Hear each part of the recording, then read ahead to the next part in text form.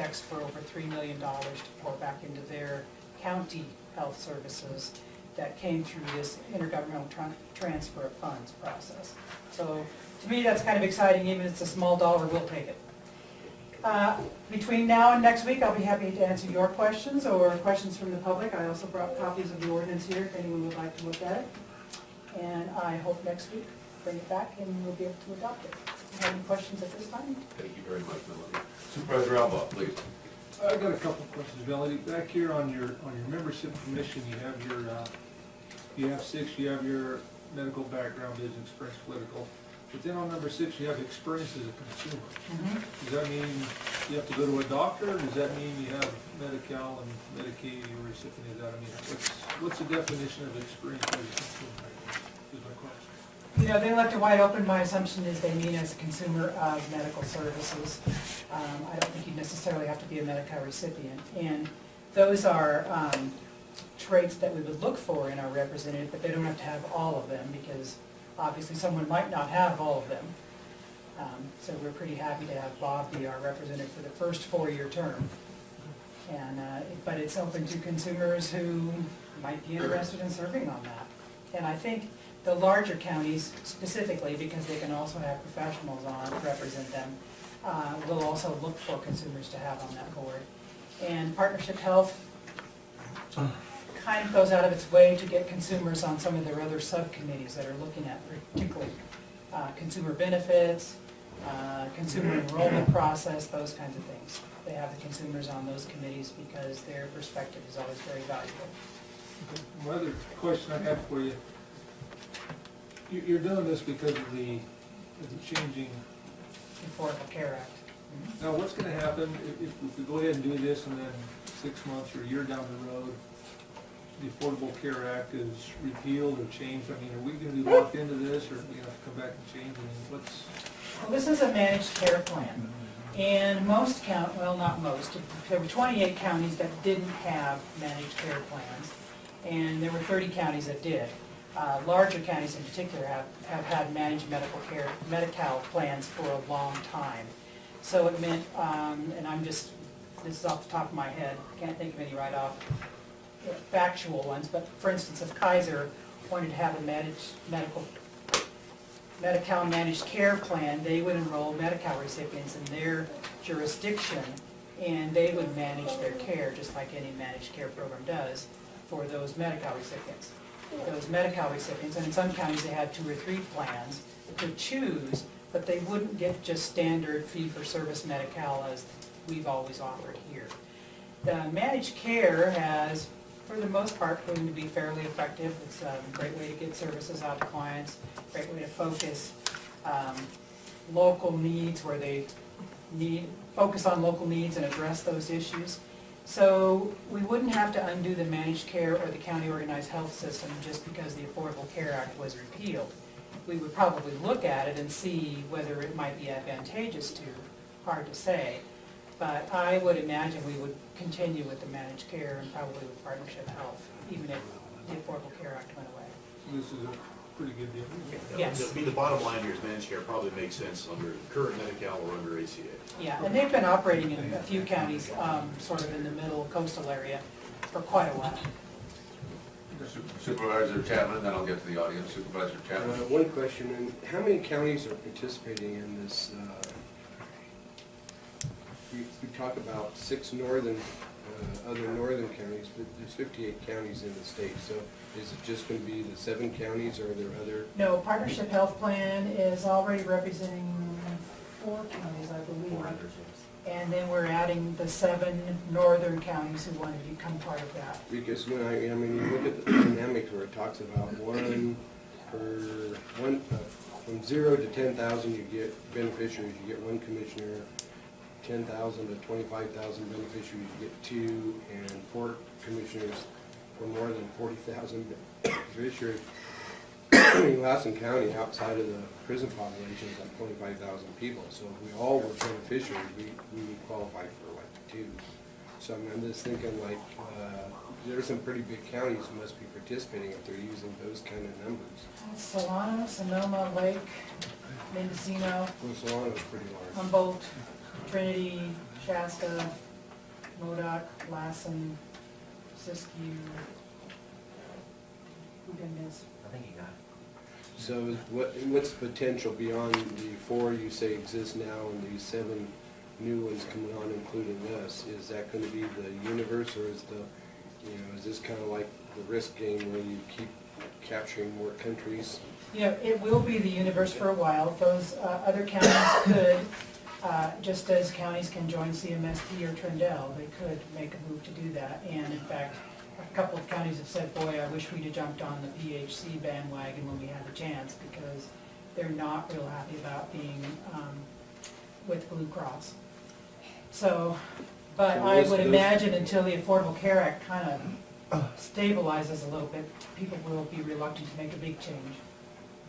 Well, and the other question I have, I mean, given that dynamic, and one of the things that I've witnessed over the years, when we get these kind of organizations put together, and we belong to a number of JPAs and the like, and so you have like the small counties, and then you have like some maybe bigger counties, and then as time goes on, they keep annexing more counties, and so the governance structure works when you have a reasonable dynamic. So 4 and 7 give you 11, and that's maybe about the largest of the JPAs that we participate in. But then, and everybody gets along, everything works fine, and all of a sudden they add like 5 more counties or 3 more counties, and pretty soon the dynamics really change, and it shifts away from an organization that benefits and works for the benefit of like the small counties, and politically becomes driven by the needs of these larger counties, and us small guys wind up getting like shuffled to the side. So obviously, if you get something that's working great and is meeting our needs,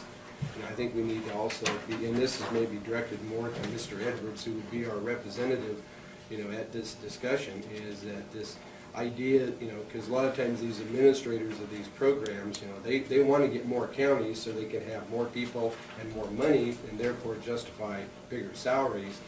And sometimes getting too big for our own good obviously can work to our detriment. So hopefully this is not an organization that's going to grow in a way that would be served to the detriment of the smaller users that would be relying upon it. And that's something that's worth saying at this point in time, because believe me, it has happened in more than one setting, in more than one program that we've been involved in. 2 points there. One is that, we do belong to the C4 JPA, and that's 39 counties, and that operates under a regional governance structure. And so we still have representation. That representation gets moved up to the board of directors through the region. And the regions tend to be similar enough that our needs get recognized. But on that, in that JPA, that includes Riverside and San Bernardino, which are huge counties. Oh, yeah. So we've done really well with that one. So our experience there would, at least I'd be able to help guide the process of keeping us represented. And I think that's an important thing to keep in mind. Yes. And then the other point is that Partnership Health has been around for a while. They were working pretty much exclusively in Solano and Sonoma. And some of the things they did were innovative, and their providers who worked with them liked them. And so the other counties asked to join Partnership. It wasn't Partnership recruiting anybody. And when we got the chance in the northern region, we said, we want to be Partnership. We don't want to be Blue Cross. We want to join with Partnership. So I don't think they have an agenda to go out and grow the organization. Anything could happen. I don't want to make any promises, but they seem to be sincerely interested in ensuring that Medi-Cal recipients have good services, and that we do everything we can to focus on prevention and early intervention and wellness for the people that we So serve. managing the costs is a big thing. Yes. Anybody else from the board have any questions or comments? Eileen, please. Well, Jim answered part of my question. When you keep calling and referring to Lassen County as a small county, you're basing that on the 25,000 population. What do you consider a large population in regards to the group that you're talking about? We refer to Lassen County as a small county because most of our associations have determinations which are small counties, which are medium, which are large counties. So, for instance, the bulk of my background is in social services. And in social services, there are 20 counties who are designated as the small counties. Lassen is one.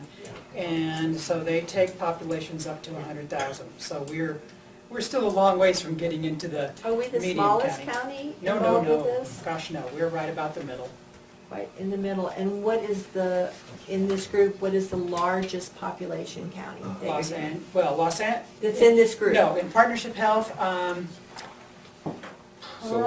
Solano. Solano. Solano County? Yeah, and then Sonoma would be next. Okay, so you would consider Solano a large county? So Well, that they're that a doesn't large make us county a- for this group. That doesn't make us a small county, then it makes us a medium county in this, correct? Possibly. I'd have to look at the Well, you put population us in numbers the of the middle. others. You said you put us in the middle? Well, we're in the middle of the small counties under social services structure. Under Partnership Health, I'd have to look at what the populations are for those 11 counties and see where we fall. MODOC obviously is smaller than we are. Trinity is smaller than we are. Is Sierra County in this group? No, they're not. Okay, thank you. Anybody else in the audience have any questions or comments on the ordinance? Mr. Edwards, obviously, we'd like to recognize you and thank you very much for volunteering for this position. I don't know if you have anything you'd like to address on this, but we thank you for your time. Thank you, Mr. Hanson, appreciate it. And just as a quick side comment before we get to the vote and so on, probably ought to get you on a future agenda maybe to brief us on the hospital and how things are going up there. It's been a while since we've seen you on the board. It's good to see you, Bob. Thank you. So today we're introducing the ordinance by title only, and we should return next week for a public hearing where you will consider adopting it. Thank you very much, Thank Melanie, you for for the your staff time. report. If there are no further questions by the audience or by the board members, Chair would entertain a motion on the item.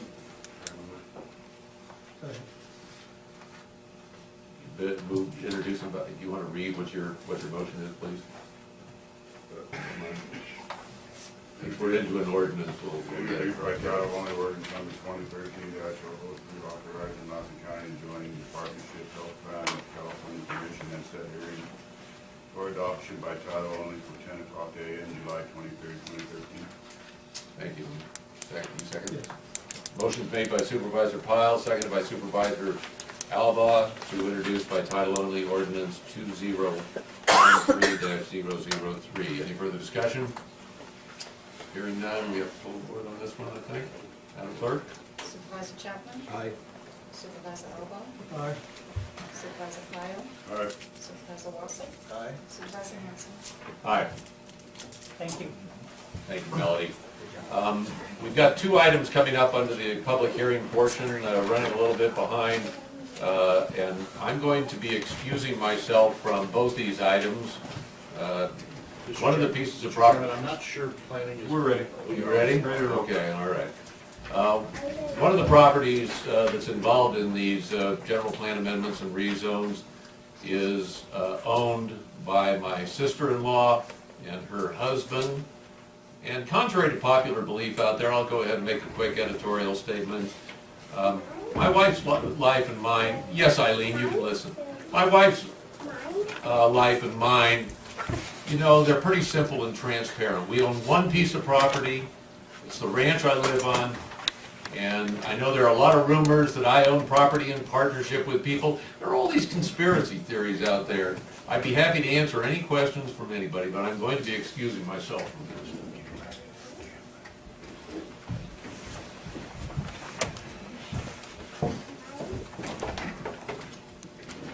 Okay, we'll open the public hearing at 10:21.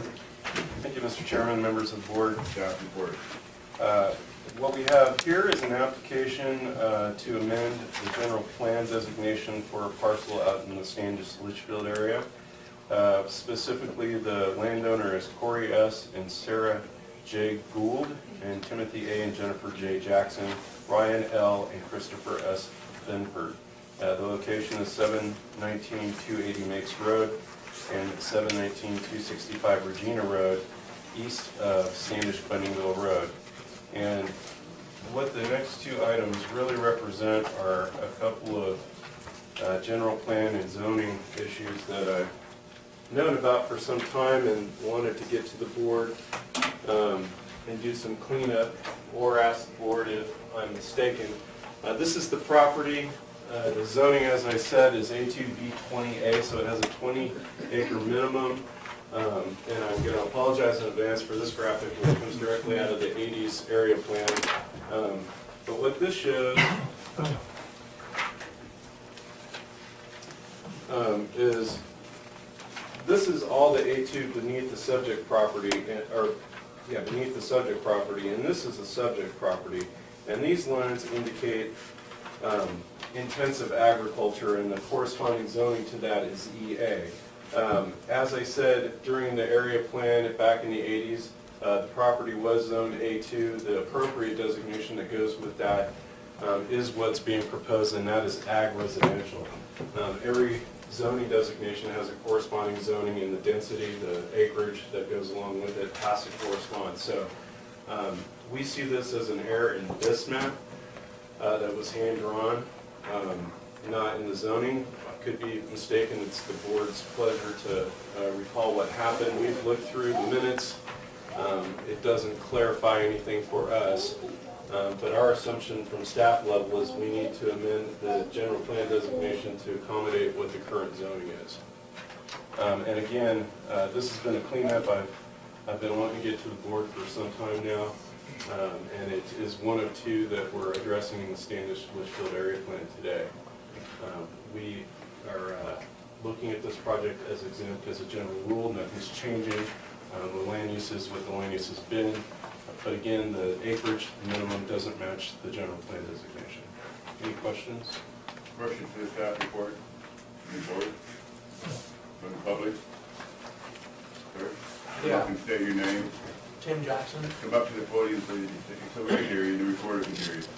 Yeah, I'm Tim Jackson. I own one of the properties. And I'm confused on the change as to far as what it will entail as far as ability to do what on the properties. Going from agricultural to agricultural residential, what are the new restrictions going to entail? Board, would you answer the man's question? Well, there's really no restrictions that I can think of. The zoning is what allows you to do what you can do on your property, and that's not changing. We as technicians in the county are obligated to make sure that the general plan designation that's our guiding, or basically our Bible for the county, that the designation that's in the general plan and the area plan matches the zoning, and the zoning matches the general plan. In this case, we became aware that there seems to be basically a drawing error in the map that they created back in the 80s. But when you look at the things that you can do on your property, they're located in our zoning ordinance, Title 18, and it goes through and says you can have a house, you can do ag, you can do these things. If anything, the EA zoning that surrounds the A2 zoning is more restrictive, so yours is a little more flexible in that it's ag residential, not just simply ag. Okay, so the residential laws as far as what about weapons, firing weapons, and that kind of stuff, none of that? Nothing is changing for you in terms of the zoning. Okay. Okay, Okay. thank you. Any more questions, Mr. Spencer? Ms. I'd like- Spencer, would you please come to the podium and state your name? I'd like to ask Maury something. Ask the board, and I will ask the board to answer. You're speaking to the board, not to the... I'd like to know how close this property is to Lambert Lane. Board, would you answer that question? I would if I could. I'd have to go research that.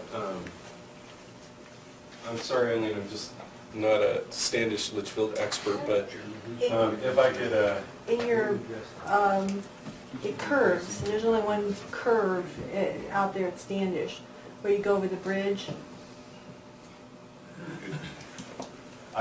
we can recess and I can get a larger or smaller scale map if you'd like. I'm just not. How significant is this question? I mean, do we need, I'm not sure where we're going here. How close is this property to Lambert Lane, is that the question? I think the next street is Lambert Lane from the drawings that are recorded.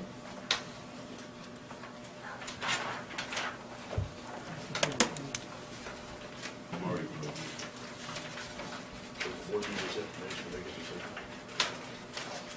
One more.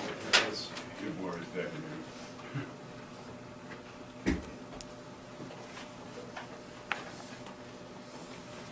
It is approximately a half mile from the east entrance of Cummings Lane on A3.